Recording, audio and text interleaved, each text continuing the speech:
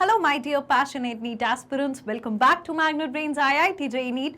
मैं हूं डॉक्टर ऋतिका भारद्वाज, आपकी बायोलॉजी मेंटर। और आज के इस सेशन में मैं आपके लिए लेकर आई हूं जो हमारा सेकंड चैप्टर है बायोलॉजिकल क्लासिफिकेशन, उसके लिए practice questions part 1। Practice questions जो हैं वो हम करने जा रहे हैं। ऑलरेडी हम बहुत सारी डेली प्रैक्टिस प्रॉब्लम यानी कि डीपीपी सॉल्व कर चुके थे हर एक टॉपिक के लिए।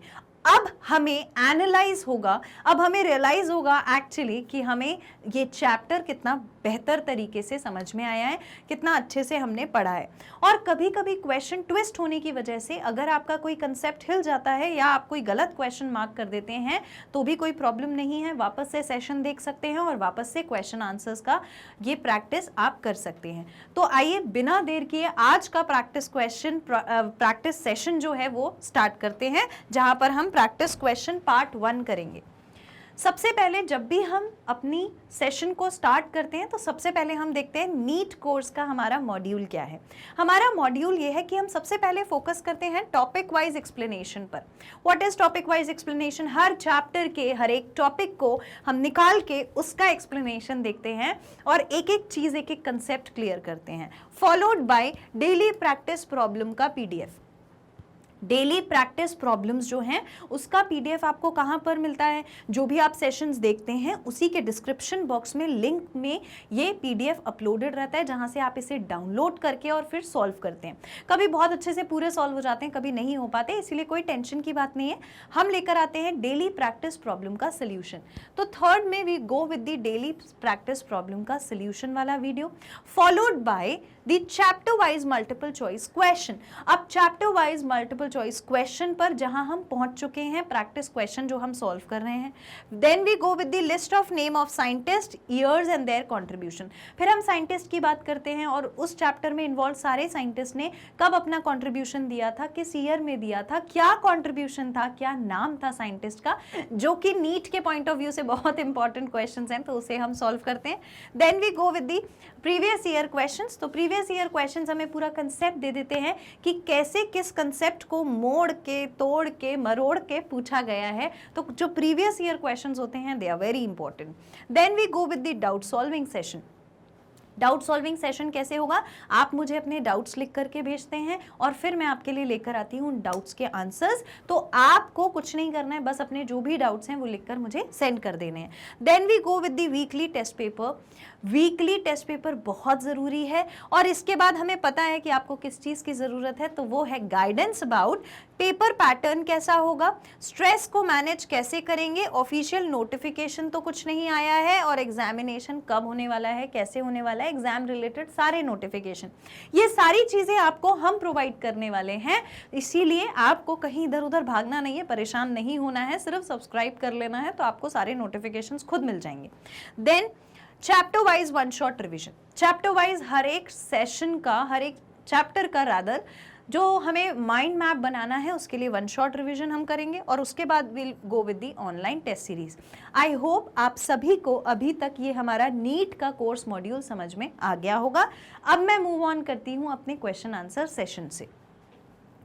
सो the first question in front of you, question number 1 says thalloid body of slime mould यानी कि myxomycetes is known as. Thalloid body अगर स्लाइम मोल्ड में देखी जाए तो उसे क्या कहते हैं? सबसे पहले तो हमें पता होना चाहिए कि थैलॉइड का मतलब क्या होता है। थैलॉइड का मतलब होता है अनडिफरेंशिएटेड मास ऑफ सेल। क्या मतलब होता है? Undifferentiated mass of cell.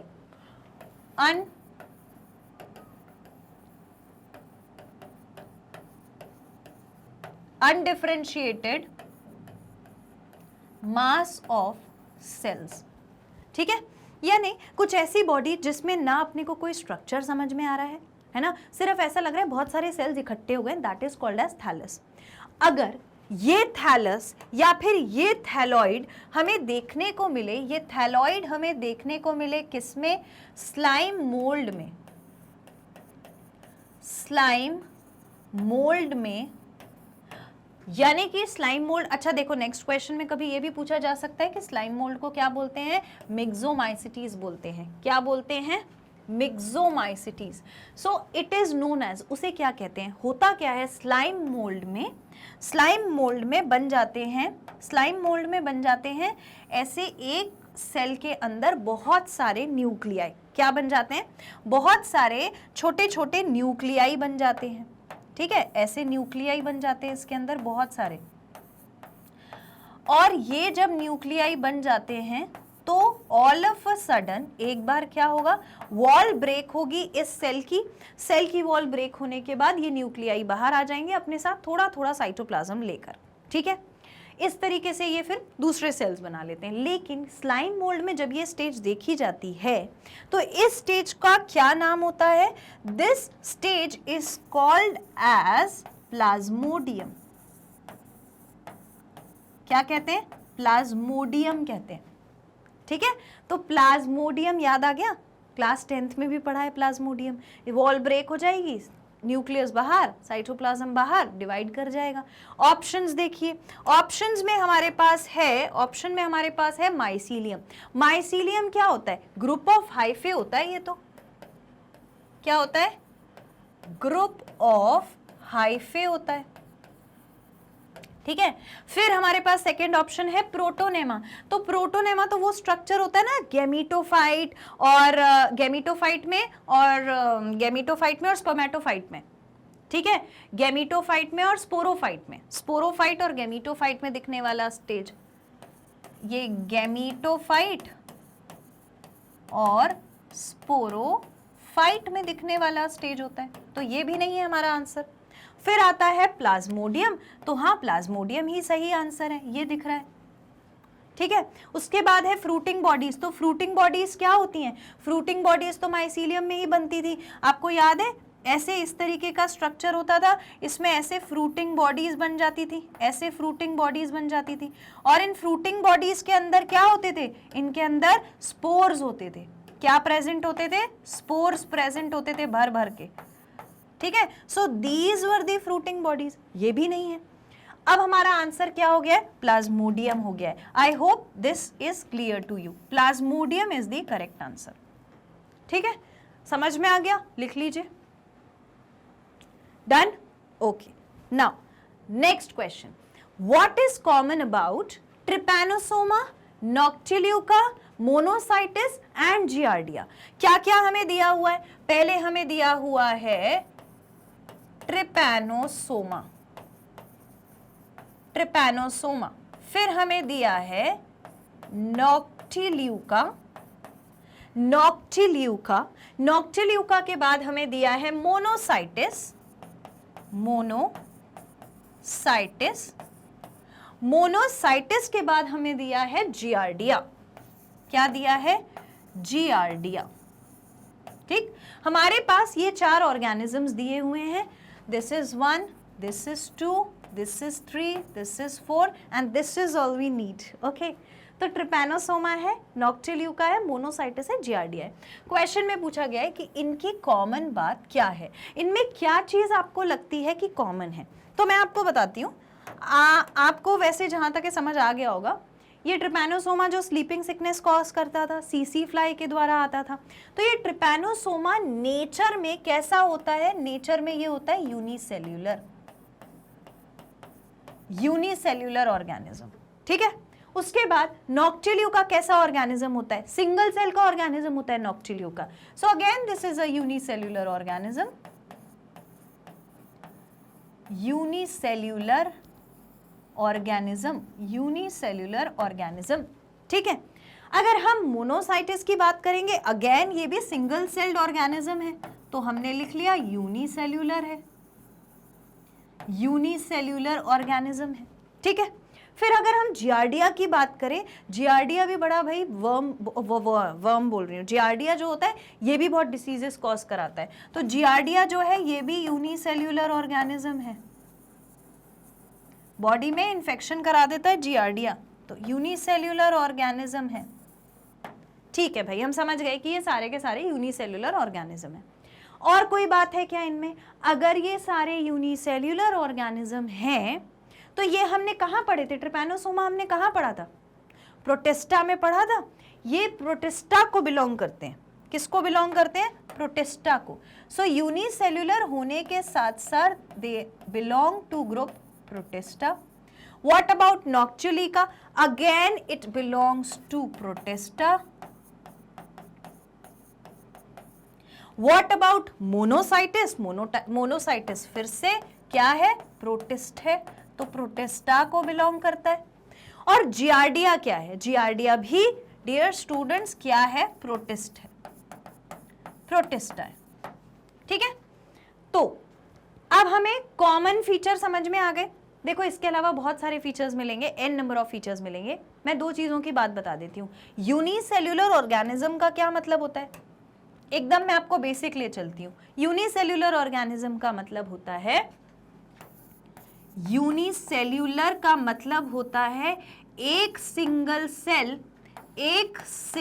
Cell perform करेगा सारे के सारे फंक्शंस, चाहे बॉडी का वो कोई भी फंक्शन हो। ठीक है, लेकिन खास बात क्या है? ये बिलोंग करते हैं प्रोटिस्टा को।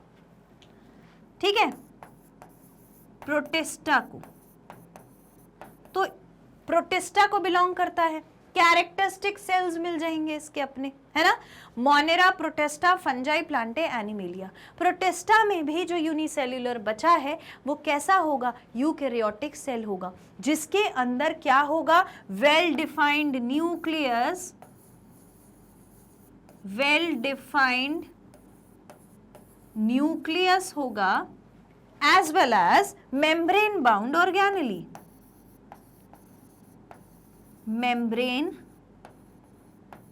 बाउंड ऑर्गेनेलीज भी प्रेजेंट होंगी। ये बात समझ में आ गई? इजी है। तो ये दोनों फीचर हमें इन सारे ऑर्गेनिजम्स में देखने को मिल रहे हैं। ये दोनों फीचर्स हमें इन सारे के सारे ऑर्गेनिजम्स में देखने को मिल रहे हैं। किसमें? ट्रिपैनोसोमा में भी, और हमारे नॉक्चुलिका में भी, मोनोसाइटिस में भी, जियार्डिया में भी। क्या ये बात समझ में आ गई? आ गई। ऑप्शंस देखिए, ऑप्शन में दिया हुआ है दे आर ऑल पैरासाइट्स। क्या ये सारे के सारे पैरासाइट्स हैं? नहीं, पैरासाइट ये बिल्कुल नहीं है। फिर they are all unicellular protist, unicellular protist ही है। Yes, unicellular protist. Do they have flagella? Flagella कहाँ से आएगा? छोटा सा ऑर्गेनिज्म है, फ्लैजेला ही दे रहे हो आप उसको। फिर आएगा दे प्रोड्यूस स्पोर्स, स्पोर्स कहाँ से प्रोड्यूस कर लेंगे बेचारे? So right option is option B. These are all unicellular organism. I hope this is clear. ठीक है, लिख लीजिए इसको, write it down if you want. Then next देखिए, next question पूछा है among rust, smut and mushroom all the three are। दिए गए ऑप्शंस में 3 ऑर्गेनिजम्स दिए हैं और पूछा है कि ये सब क्या होते हैं। तो पहला हमारे पास है rust. The first that we have is rust. दूसरा हमारे पास दिया हुआ है स्मट, और तीसरा हमारे पास दिया हुआ है मशरूम। क्या लगता है भाई, क्या होगा इसका आंसर? पहले जरा मुझे बताओ, मुझे भी तो पता चले कि आप कितना इंटरेस्टेड फील कर रहे हैं, आपको कितना नॉलेज आ गया है।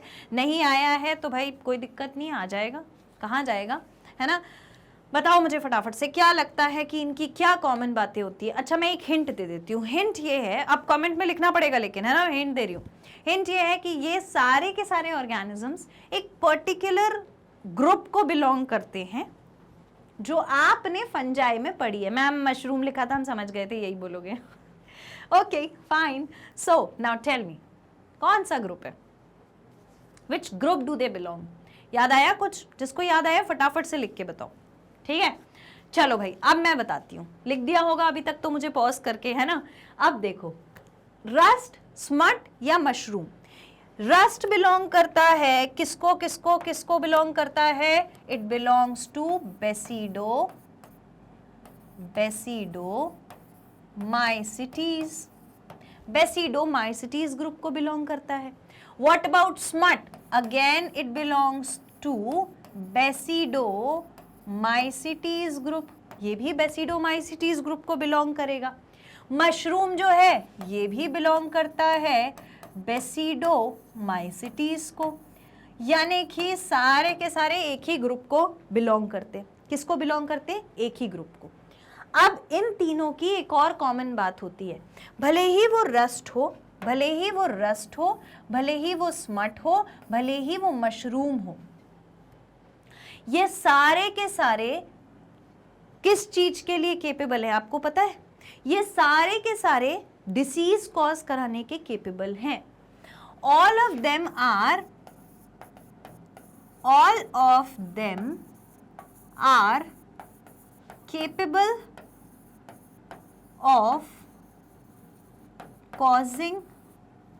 capable of causing diseases, और ऐसे ऑर्गेनिज्म जो डिसीजेस करवा दे उन्हें हम क्या कहते हैं? They are referred to as pathogens. They are referred to as pathogens. ठीक है, तो यहां पर ये रस्ट, स्मट और मशरूम सारे के सारे किस कैटेगरी के हैं? पैथोजन कैटेगरी के हैं। ठीक है, अब हमसे क्वेश्चन क्या पूछ रहा है? Among rust, smut, mushroom, all the three, सब में एक कॉमन बात क्या मिलती है? ठीक है, वैसे कई बुक्स में मैं आपको बता देती हूं, अच्छा बाद में बताऊंगी, पहले ऑप्शंस देख लेते हैं। ऑप्शन ये है, पहला ऑप्शन कहता है कि ये पैथोजन है, हाँ तो मैंने बोला पैथोजन है, डिसीज कॉज करेंगे। दूसरा ऑप्शन कहता है सैप्रोब्स हैं, सैप्रोब्स नहीं है। तीसरा कहता है एस्कोकार्प होगा। चौथा ऑप्शन कहता है बेसिडियोकार्प होगा। एक्चुअली बेसिडियोकार्प भी सही है, बेसिडियोकार्प भी सही ऑप्शन है, और सही नहीं भी है। मैं आपको बताती हूँ, कई बुक्स ऐसा बोलती हैं कि ये जो बेसिडोकार्प है ये इन तीनों में सब में प्रोड्यूस नहीं हो रहे, इसीलिए ये गलत ऑप्शन है। कई बुक्स कहती हैं कि नहीं, क्योंकि ये बेसिडोमाइसिटीज के ग्रुप है और बेसिडोमाइसिटीज में बेसिडोकार्प वो स्पोर रखने वाला पोर्शन बनता है, इसीलिए इसके पास बेसिडोकार्प प्रेजेंट है, तो यही हमारा सही आंसर है। पर सब में नहीं बनता, एक्सेप्शन होता है, तो मोस्ट अप्रोप्रिएट आंसर हमारा किस तरफ जाएगा? मोस्ट अप्रोप्रिएट, बिल्कुल एप्ट पर्टिकुलर आंसर चला जाएगा पैथोजेंस की तरफ। ठीक है, so all of these are pathogens. आपको अगर ये कंफ्यूजन आता है कि भाई बेसिडोकार्प भी तो बन रहा है मैम, तो हाँ, कई बुक्स बोलती हैं कि बेसिडोकार्प बन रहा है, हमें एनसीईआरटी के हिसाब से चलना है। एनसीईआरटी के हिसाब से भैया ये पैथोजन है, पहली चीज। दूसरी चीज हमने इस पे कंट्रोवर्सी क्यों रखी? सब में नहीं बनेगा। ठीक है, तो इसीलिए अब ऐसे कंट्रोवर्शियल आंसर को हम मार्क क्यों करेंगे? हम पैथोजन को मार्क करेंगे। देखो, ऐसी चीज जो एनसीईआरटी में प्रॉपरली दी नहीं होती है या थोड़ी कंफ्यूजिंग होती है, यूजुअली उससे क्वेश्चन बनता नहीं है। पर मुझे आपको ये क्वेश्चन कराना क्यों जरूरी है? भाई इन केस अगर आ गया तो, अगर पूछ लिया ये क्वेश्चन तो क्या करेंगे? इसीलिए मैंने आपको ये सॉल्व करा दिया। आंसर आपका पैथोजन। ठीक है, लिख लो इसको अगर लिखना चाहते हो। Okay, next, identify from the following example. कुछ एग्जाम्पल दिए, उसमें से हमें कुछ तो आइडेंटिफाई करना है। ऐसे क्वेश्चन कहता है a fungus which is of medicinal important. ऐसी फंगस जिसका मेडिसिनल इंपॉर्टेंस बहुत होता है, वो क्या होती है? ऐसे कुछ क्वेश्चन आ जाता है, मुझे बड़ा मजा आ जाता है। तो फंगस जो होती है, आपको पता है एक बात, दुनिया में सबसे ज्यादा एंटीबायोटिक्स जो बनाई जाती है, इसकी वजह से बनाई जाती है, फंगस की वजह से। ठीक है, अब यही फंगस कौन सी एंटीबायोटिक प्रोड्यूस करती है? कौन सी एंटीबायोटिक प्रोड्यूस करती है, ये बताना है क्वेश्चन में। कौन सी एंटीबायोटिक है भाई? ऑप्शंस में देखिए क्या क्या दिया हुआ है। Agaricus is not an antibiotic, Saccharomyces is a group of fungi, not an antibiotic. Penicillium is what belongs to antibiotic, and Cercospora भी है, कुछ हमारे लिए एंटीबायोटिक ये नहीं है। तो हमारा ऑप्शन क्या चला जाता है? पेनिसिलियम। ठीक है, पेनिसिलियम। तो ये कौन सी एंटीबायोटिक प्रोड्यूस करने वाली है? ये प्रोड्यूस करने वाली, देखो वैसे तो और भी बहुत सारी हैं, पर पेनिसिलियम अगर दिया हुआ है तो हमारा आंसर क्या है? पेनिसिलियम। हमारा आंसर क्या है? पेनिसिलियम। बात समझ में आ गई? मुझे नहीं लगता इसमें कोई डिफिकल्टी हुई होगी आपको। आप लिखना चाहते हो लिख सकते हो। Right option is option C. Done? Okay, now see the next question. Clamp connections are observed in. Clamp connection किसमें देखा जाता है? क्लैंप कनेक्शन का मतलब क्या होता है? क्लैंप कनेक्शन का मतलब होता है कि भाई ये एक सेल था, ये एक सेल था, ठीक है, इसमें ये मान लो सेप्टा था, तो यहां पर एक न्यूक्लियस बैठा था, एक न्यूक्लियस यहां बैठा था, एक न्यूक्लियस यहां था, एक न्यूक्लियस यहां था। हाँ मैडम था। अब एक दिन इसको मन करा कि चलो भाई मैं बगल वाले न्यूक्लियस से मिलकर आता हूं, तो भाई यहाँ का न्यूक्लियस उठेगा और जाएगा यहाँ पर, तो भाई हमारी जो सेल मेम्ब्रेन है उसको भी थोड़ा सा परेशानी आएगी, वो भी ऐसी हो जाएगी। तो ये क्या बना लेता है? क्लैंप बना लेता है। और जब ये न्यूक्लियस ट्रैवल करके इस साइड आ जाएगा, ये न्यूक्लियस ट्रैवल करके इस साइड आ जाएगा, तो यहाँ पर दो न्यूक्लियस हो जाएंगे और ये वाला न्यूक्लियस क्या होगा? खत्म हो जाएगा। ये वाला न्यूक्लियस यहाँ से चल के वहाँ चला गया। सही है। तो एक जगह हमको दो न्यूक्लियस दिखने लगेंगे। तो आपको जो ये प्रोसेस दिख रहा है, आपको जो ये प्रोसेस दिख रहा है, 1 मिनट, आपको जो ये प्रोसेस दिख रही है जहां न्यूक्लियस एक्सचेंज हो रहे हैं, इसको हम क्या कहते हैं? आपको पता है? इसको हम कहते हैं क्लैंप, क्लैंप कनेक्शन। क्या कहते हैं? Clamp connection. जहां पर न्यूक्लियस भैया मन करा ट्रैवल करके उधर चला गया, वहां जाके दूसरे न्यूक्लियस के साथ जुड़ने लगा, तो हमें एक सेल में दो न्यूक्लियस दिख रहे हैं, वो ट्रैवल कर चुका है, यही क्लैंप कनेक्शन होता है। This is the clamp connection. इतनी बात समझ में आई क्लैंप कनेक्शन के बारे में? समझ में आ गई? अब मुझे बता दो, अब आपने आइडेंटिफाई कर लिया होगा कि कौन सा वाला सही आंसर है, तो अब मुझे बताओ which is the correct answer? Basidiomycetes, zygomycetes, ascomycetes and oomaicities. What is the correct answer according to you? Okay, so have you written your answer? तो देखो ऐसा स्ट्रक्चर देखने को कहाँ मिलता है? ये मैंने सेम डायग्राम वहां पर भी बना के आपको बताया था। ये देखने को मिलता है हमें बेसिडियोमाइसिटीज। देखो फर्स्ट ऑप्शन में ही दिया हुआ था, पहले ही देखकर ये याद आ जाना चाहिए था। फिर बोलोगे मैम अच्छे से नहीं लिखा, फिर से लिख देती हूँ। बेसिडियोमाइसिटीज, ठीक है। इसमें देखने को मिलता है क्लैंप कनेक्शन। क्लैंप कनेक्शन अभी समझ में आ गया? ऑप्शंस में पहला ही बेसिडोमाइसिटीज दिया था, जाइगो नहीं, एस्को नहीं, oomaicities नहीं। Clear? Okay, so this is all about the 5th question. आगे चलते हैं 6th क्वेश्चन की तरफ। In amoeba the contractile vacuole is present. In amoeba contractile vacuole कहां पर प्रेजेंट होता है, ये पूछा गया है, ठीक है। तो अमीबा की बॉडी में वैसे तो हमने देखा है भाई सीडोपोडिया प्रेजेंट है, इरेगुलर शेप है, पर अमीबा की बॉडी में भी कुछ आगे पीछे का एरिया होता है। तो कैसा होता है? अगर मैं ये अमीबा बना दूं, मान लो इस अमीबा का शेप ऐसा है, ठीक है, और अमीबा के अंदर n number of things are present. ये न्यूक्लियस बन गया, ठीक है।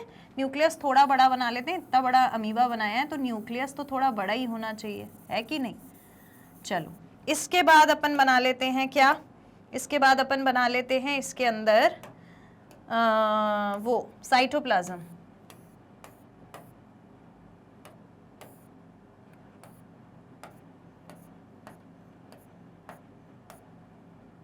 ये हो गया, साइटोप्लाज्म प्रेजेंट है। अब आप बोलोगे मैम ऐसे क्यों बनाया है? अरे ऐसे ही बना दिया यार, ताकि आपको थोड़ा सा बेटर फील हो, ठीक है। ये हो गया मेरा साइटोप्लाज्म बन गया अमीबा में। अब इसमें क्या प्रेजेंट है? अब इसमें बात हो रही है किसकी? कॉन्ट्रैक्टाइल वैक्यूल की। तो कॉन्ट्रैक्टाइल वैक्यूल भी बना लेते हैं। ये बना लिया लो कॉन्ट्रैक्टाइल वैक्यूल। कोई दिक्कत है क्या इसमें? हमारे कॉन्ट्रैक्टाइल वैक्यूल में क्या आपको कोई परेशानी है बॉस? नहीं है ना। ये हो गया कॉन्ट्रैक्टाइल वैक्यूल। अब समझने वाली बात पता है यहाँ पर क्या है? समझने वाली बात ये है कि अमीबा भले ही यूनिसेल्युलर ऑर्गेनिज्म है। कैसा है? यूनिसेल्युलर ऑर्गेनिज्म, बट अमीबा की बॉडी में भी कुछ फ्रंट और कुछ बैक एंड होता है, ठीक है। तो भाई माउथ तो होता नहीं है, लेकिन इसके फ्रंट एंड को, जैसे अगर मान लो ये इसका फ्रंट एंड है, जहां से ये आगे चल के जाता होगा, तो उसे हम कह देते हैं लीडिंग एंड। उसे हम क्या कह देते हैं? Leading and.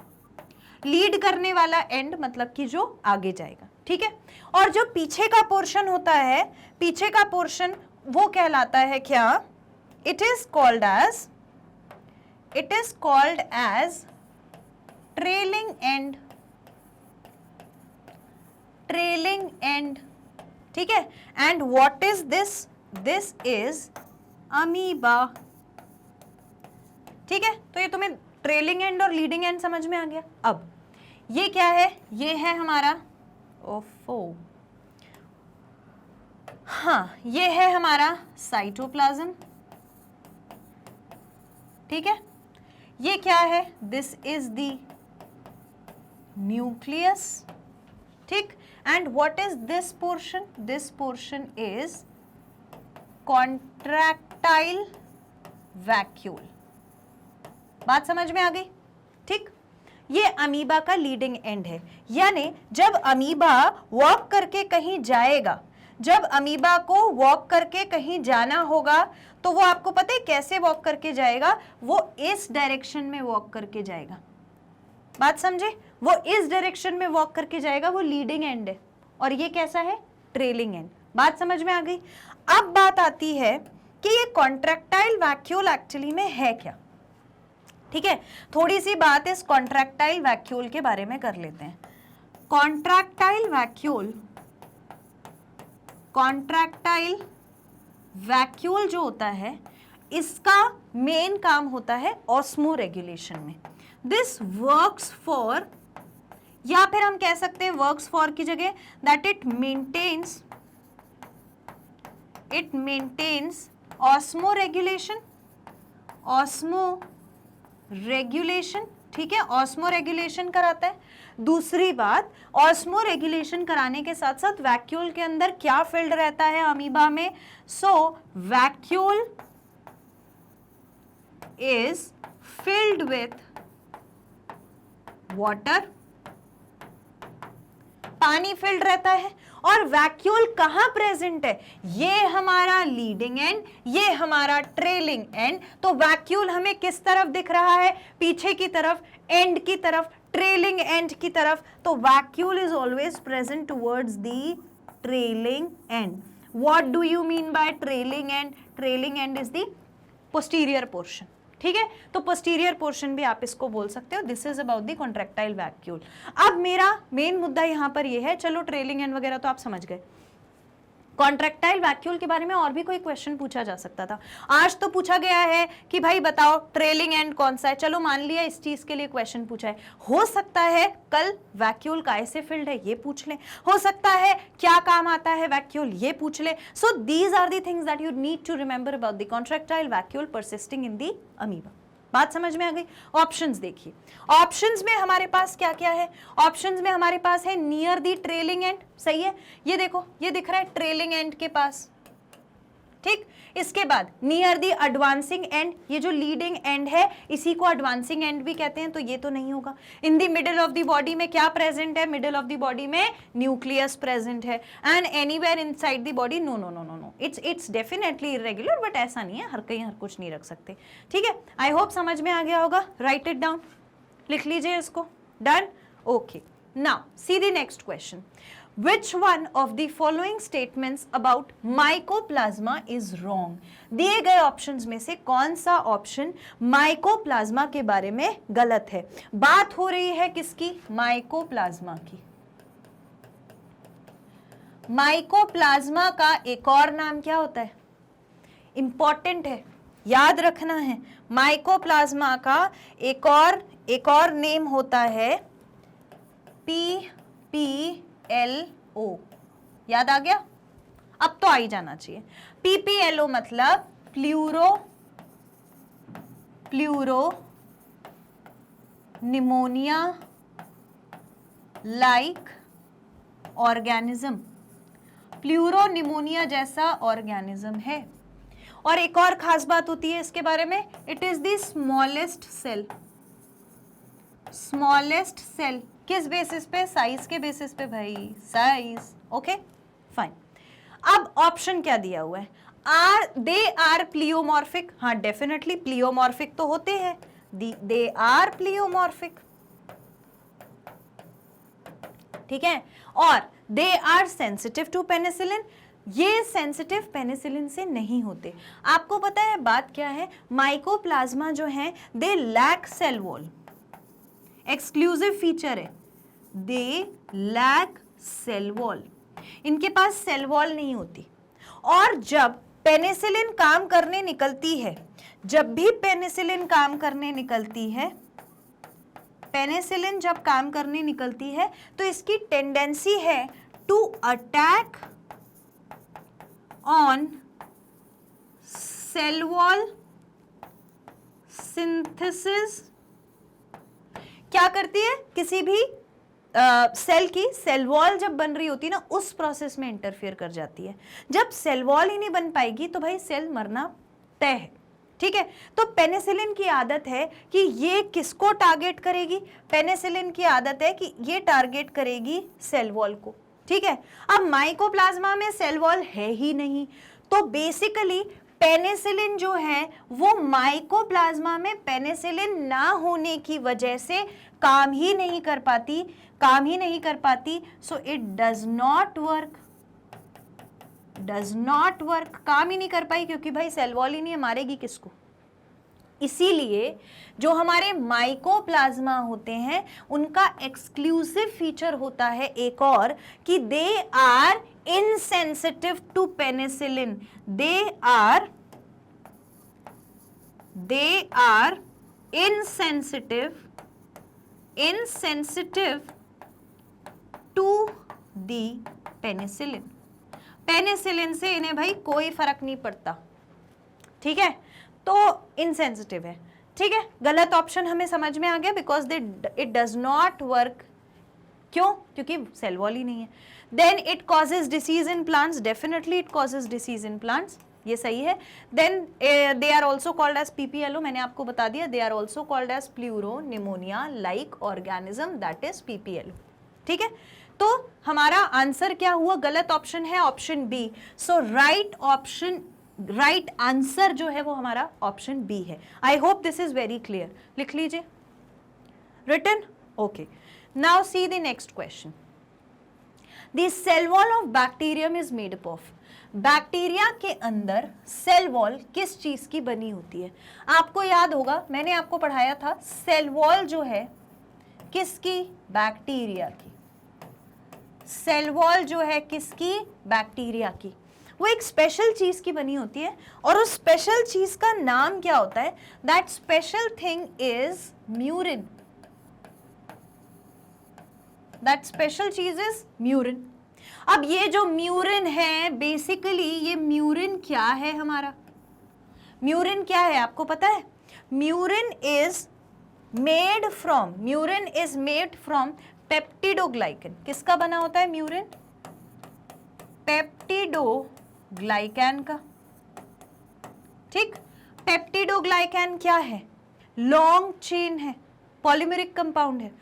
तो बहुत सारे या तो अमाइनो एसिड्स मिल जाएंगे अलग अलग टाइप के, मतलब कोई एक अमाइनो एसिड भी इन्वॉल्व होगा जो मिल करके इसकी सेल वॉल बनाएगा। पर मोस्ट इंपॉर्टेंट कंपोनेंट क्या होते हैं, एक्चुअली मैं इसको अगर ऐसा बोलूं कि हमारा जो पेप्टिडोग्लाइकन है, उससे मिल करके बनता, अरे यार, जो पेप्टिडोग्लाइकन है वही म्यूरिन को बनाता है। बेसिकली ये पेप्टिडोग्लाइकन ही है जिसने किसको बनाया है, म्यूरिन को बनाया है, ठीक है। ऑप्शंस में हमारे पास क्या क्या दिया हुआ है, ऑप्शन में दिया हुआ है सेल्यूलोज। भाई सेल्यूलोज की जो सेल वॉल है वो किस में देखी जाती है, प्लांट्स में देखी जाती है, तो सेल्यूलोज गलत। हेमी सेल्यूलोज भी नहीं मिलेगा, लिग्निन भी प्लांट्स में देखा जाता है, ग्लाइकोजन भी नहीं मिलेगा। ऑप्शन अब क्या हो गया हमारा, peptidoglycan is the right answer. So peptidoglycan पे टिक कर लेंगे। हाँ, कभी कभी ऐसा हो जाता है कि ऑप्शन ई भी दिया हो क्वेश्चन में, घबराने वाली बात नहीं है, मैंने अपने मन से ऐड नहीं किया है, ऐसे दिया होता है कभी कभी, ठीक है। डन, समझ में आ गया, ओके गुड। लिखना है कुछ तो लिख लो, म्यूरिन लिख लो, म्यूरिन बहुत इंपॉर्टेंट है, नीट में पूछा जा सकता है, इस पे नीट लिखकर म्यूरिन लिखना, ठीक है, नीट लिखकर म्यूरिन लिखना इंपॉर्टेंट है। Done, okay. Now see the next question, what is correct. दिए गए ऑप्शंस में से कौन सा ऑप्शन करेक्ट है। अब यार मैं इतने सारे क्वेश्चन सॉल्व करा रही हूँ, एक क्वेश्चन तो खुद से भी सॉल्व करो। ऑप्शंस देखो, slime moulds are haploid, protozoan lack cell wall, dinoflagellates are immotile and pellicle is absent in Euglena. मुझे बताइए क्या सही आंसर है अकॉर्डिंग टू यू। ऑप्शंस में मेंशन कीजिए कौन सा वाला ऑप्शन करेक्ट है। ओके, तो बताइए कौन सा करेक्ट है। मैंने अभी आपसे पूछा कि कौन सा ऑप्शन करेक्ट है। देखिए पहला, स्लाइम मोल्ड्स आर हैप्लॉइड, क्या ये करेक्ट है? स्लाइम मोल्ड हैप्लॉइड होते हैं? नहीं, they are not haploid, so this is not the correct answer, this is not the correct answer. And protozoans lack cell wall, yes definitely protozoans के पास cell wall नहीं होती, और इसीलिए इनको जब ग्रुपिंग की गई इनके बारे में, किंगडम्स बनाए गए, तो बहुत कंफ्यूजिंग था। ये करेक्ट स्टेटमेंट है। डीनोफ्लैजिलेट्स आर इमोर्टाइल, नहीं, डीनोफ्लैजिलेट्स के पास तो फ्लैजिला होते हैं, वो मूव कर सकते हैं। Pellicle is absent in Euglena, ये भी इनकरेक्ट स्टेटमेंट है। Right option is protozoans lack cell wall, protozoans के पास सेल वॉल नहीं होती for this particular question. Next question देखिए, which of the following is a prokaryotic cell. तो prokaryotic cell में हमारे पास ऑप्शंस में दिया हुआ है क्या, which of the following is a prokaryote, amoeba, spirogyra, bacteria and chlamydomonas. तो प्रोकैरियोटिक सेल हमें किसका मिलेगा? प्रोकैरियोटिक सेल फटाफट से मुझे बताओ आंसर में किसका होगा प्रोकैरियोटिक सेल। ओके, लिख दिया। तो भाई ये तो जो है बहुत इजी क्वेश्चन है कि कौन सा वाला प्रोकैरियोटिक सेल है। प्रोकैरियोटिक सेल कौन सा है? बैक्टीरिया का सेल प्रोकैरियोटिक है। ऑप्शंस देखिए, अमीबा नहीं, स्पायरोगेरा नहीं, बैक्टीरिया यस, क्लैमाइडोमोनास नहीं। तो राइट ऑप्शन क्या होगा? बैक्टीरिया, जो कि क्या है? प्रोकैरियोटिक सेल है। क्लियर? ये बहुत बेसिक क्वेश्चंस है। नेक्स्ट क्वेश्चन देखिए, विच one is absent in virus. दिए गए ऑप्शंस में से कौन सा वाला वायरस में नहीं देखा जाता? तो वायरस जो है, it is a connecting link, it is a connecting link between living and non-living, living and non living के बीच में ये एक कनेक्टिंग लिंक बनाता है। ठीक है, ऐसा क्यों है? क्योंकि ना तो इसके कैरेक्टर्स लिविंग जैसे थे, ना तो इसके कैरेक्टर्स नॉन लिविंग जैसे थे। ये अगर लिविंग अपने आप को बिहेव कर सकता है तो सिर्फ कब कर सकता है? जब ये क्या कर दे, जब ये किसी और बैक्टीरियल सेल के कांटेक्ट में आ जाए, किसी और सेल के कांटेक्ट में आ जाए, तभी ये लिविंग के कैरेक्टरिस्टिक्स दिखाता है, otherwise it does not show the characteristics of living organism. ठीक है, तो अब देखिए ऑप्शंस में क्या है? रेप्लिकेशन तो भाई अगर दूसरे जीनोम के साथ मिल जाएगा तो रेप्लिकेशन हो जाएगा, तो रेप्लिकेशन तो हो सकता है। प्रोटीन सिंथेसिस होगी, बाहर की तो जो वो थी इसका आउटर मोस्ट लेयर था, वो किसका बना था? प्रोटीन का बना था। और एनर्जी लिबरेशन, एनर्जी कैसे बनाएगा? नॉन लिविंग बिहेव करता है, अगर ये किसी टेबल पर किसी नॉन लिविंग ऑब्जेक्ट पर रखा है तो इट बिहेव्स नॉन लिविंग, तो एनर्जी लिबरेशन ये नहीं कर पाता। Which one is absent? ये वाला एब्सेंट है, ये तो कर लेगा, बाकी ऊपर दोनों वाले। और फिर म्यूटेशन भी कर सकता है भाई, अगर जीनोम कॉपी हो गया। तो सही ऑप्शन क्या होगा कि एनर्जी लिबरेशन वायरस खुद से नहीं कर पाता है, उसे दूसरे ऑर्गेनिज्म की जरूरत होती है। ठीक है, और एज सच कोई बहुत काम नहीं कर रहा है, जैसे ही दूसरे सेल के कांटेक्ट में आता है अपना जीनोम उस सेल के जीनोम के साथ कॉपी करवा देता है, और खुद क्या होता है, अपना प्रोटीन कवर भी तो फेंक देता था। आपको याद है बैक्टीरियोफेज? मैंने बताया था, जब मैंने लाइटिक और लाइसोजेनिक साइकिल बताई थी, मैंने कहा था प्रोटीन भी फेंक देता है अपना, इसको कोई भाई प्रोटीन से प्यार नहीं है, एनर्जी लिबरेट नहीं कर पाता। Which one is absent in virus? Energy liberation is absent in virus. I hope this point is clear. ठीक है, नेक्स्ट क्वेश्चन देखिए। नेक्स्ट क्वेश्चन है, red tide is caused by. Red tide जो है वो एक एल्गे की वजह से होती थी, एक एल्गे की वजह से होती थी, जहां पर वाटर पूरा रेड दिखने लगता था, और इस एल्गे को हम पर्टिकुलरली क्या बोलते थे? This algae is particularly known as Gonyaulax. याद आ गया? गोनियोलेक्स मैंने अलग से पढ़ाया है आपको। ऑप्शंस देखिए, नॉर्चुलिका नहीं है, जिम्नोडीनियम भी नहीं है, Gonyaulax is the right answer, all of these नहीं होगा। तो गोनियोलेक्स एक ऐसी स्पीशीज है जो रेड टाइड कॉज कराती है। बहुत ये PYQ है, बहुत कॉमनली आस्क्ड क्वेश्चन है। ठीक है, so the answer is Gonyaulax which is an algae. Clear? Now next is cellulose is major component of cell wall. Cellulose किसकी सेल वॉल में मेजर कंपोनेंट होता है? यहां पर अच्छा, ये वाले जो सारे क्वेश्चंस हैं ये किस पर बेस्ड हैं? ये एग्जाम्पल्स पर बेस्ड है। ठीक है, एग्जाम्पल्स एज इन कौन से ग्रुप का कौन सा ऑर्गेनिज्म है। तो यहाँ पर हमारी किस चीज़ की प्रैक्टिस हो रही है, यहाँ हमारी प्रैक्टिस हो रही है उन एग्जाम्पल्स के नेम्स को लेकर। तो इसमें हमको कुछ स्पेसिफिक क्राइटेरिया, कोई कंसेप्ट नहीं लगाना है, हमें सिर्फ नाम जो है वो याद करने हैं, कौन से ग्रुप का कौन सा ऑर्गेनिज्म है जो इंपॉर्टेंट है, जहाँ पर भी है वो मैंने आपको बताया हुआ है। तो अब हम इसको कैसे रिवाइज कर सकते हैं, अलग से मैंने बोला था जितनी बार वो एग्जाम्पल्स लिखोगे उतना जल्दी याद होंगे। मैंने ये भी बोला था कि कॉमेंट में लिखकर मुझे बता दिया करो, थोड़ा सा कष्ट कर लिया करो, याद हो जाएगा। टाइम लगता है नाम याद करने में, मुझे तो बहुत ज़्यादा लगता है। Cellulose is the major component of cell wall. किसकी सेल वॉल में, किसकी सेल वॉल में सेल्यूलोज की मात्रा सबसे ज्यादा होती है इज मोर। ऑप्शंस में है सीडोमोनास, तो सीडोमोनास में नहीं होगा, सैकेरोमाइसीज में नहीं होगा, पाइथियम में होता है और ज़ैंथोमोनास में नहीं होगा। तो ये तीनों ऑप्शंस हमारे चले गए। सबसे ज्यादा सेल्यूलोज जो देखा जाता है वो देखा जाता है हमारे पाइथियम में। पाइथियम में सबसे ज्यादा क्या देखा जाता है, सबसे ज्यादा सेल्यूलोज देखा जाता है। So right option is option C for this answer. ठीक है, डन, नोट कर लिया। अब मूव करते हैं नेक्स्ट क्वेश्चन की तरफ। Which one of the following statement is false. दिए गए स्टेटमेंट में से कौन सा स्टेटमेंट गलत है। ऑप्शंस देखिए, TMV has a double stranded RNA molecule, most plant viruses are RNA viruses, bacteriophage has double stranded DNA molecule, most animal viruses are DNA viruses। ये ऑप्शंस हैं, अपना सही आंसर मार्क करिए और मुझे लिखकर बताइए कमेंट में। ओके, सो डन, लिख दिया अपना आंसर। क्वेश्चन क्या पूछा हुआ है, which one of the following is a false statement. हमें कौन सा बताना है, गलत स्टेटमेंट बताना है। और फिर से स्टेटमेंट देखो, TMV that is tobacco mosaic virus has double stranded RNA molecule। इसके पास RNA molecule double stranded होता है, नहीं। नेक्स्ट है most plant viruses are RNA virus। हाँ, ज्यादातर प्लांट्स में डिसीज करने वाले RNA वायरस ही होते हैं। उसके बाद bacteriophage has double stranded DNA molecule। हाँ बिल्कुल, बैक्टीरियोफेज वो जो मैंने डायग्राम बनाकर बताया था उसमें क्या है, डबल स्ट्रैंडेड DNA molecule है। Most animal viruses are DNA virus. Animal वाले DNA वायरस होते हैं, प्लांट वाले RNA वायरस होते हैं। तो गलत स्टेटमेंट क्या हुआ, that tobacco mosaic virus has double stranded RNA molecule. तो हमारा आंसर क्या हो जाएगा, हमारा आंसर हो जाएगा option A for this question. Clear. And what is TMV, आगे भी किसी क्वेश्चन में मिल जाए, so it is tobacco mosaic virus. Clear, okay. Now see the next question. Next question is phylum common to unicellular plants and animal.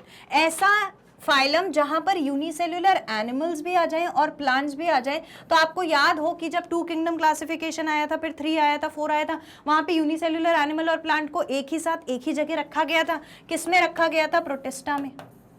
They were kept in protista. सो सही answer हमारा क्या होना चाहिए, प्रोटिस्टा होना चाहिए। ऑप्शंस में देखिए, मोनेरा नहीं, प्लांटे नहीं, फंजाई नहीं, प्रोटिस्टा।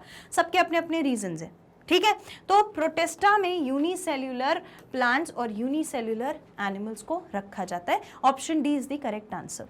नेक्स्ट क्वेश्चन देखिए, which of the following are intracellular obligate parasite. तो इंट्रासेल्युलर यानी कि सेल के अंदर जाके रहने वाले। आपको याद है मैंने आपको एक डायग्राम बनाकर बताया था, ये बैक्टीरियोफेज है, बैक्टीरियोफेज का ये जेनेटिक मटेरियल है और उसके बाद ये इसकी टेल है, बॉडी है और ये इसके एंड फाइबर्स है।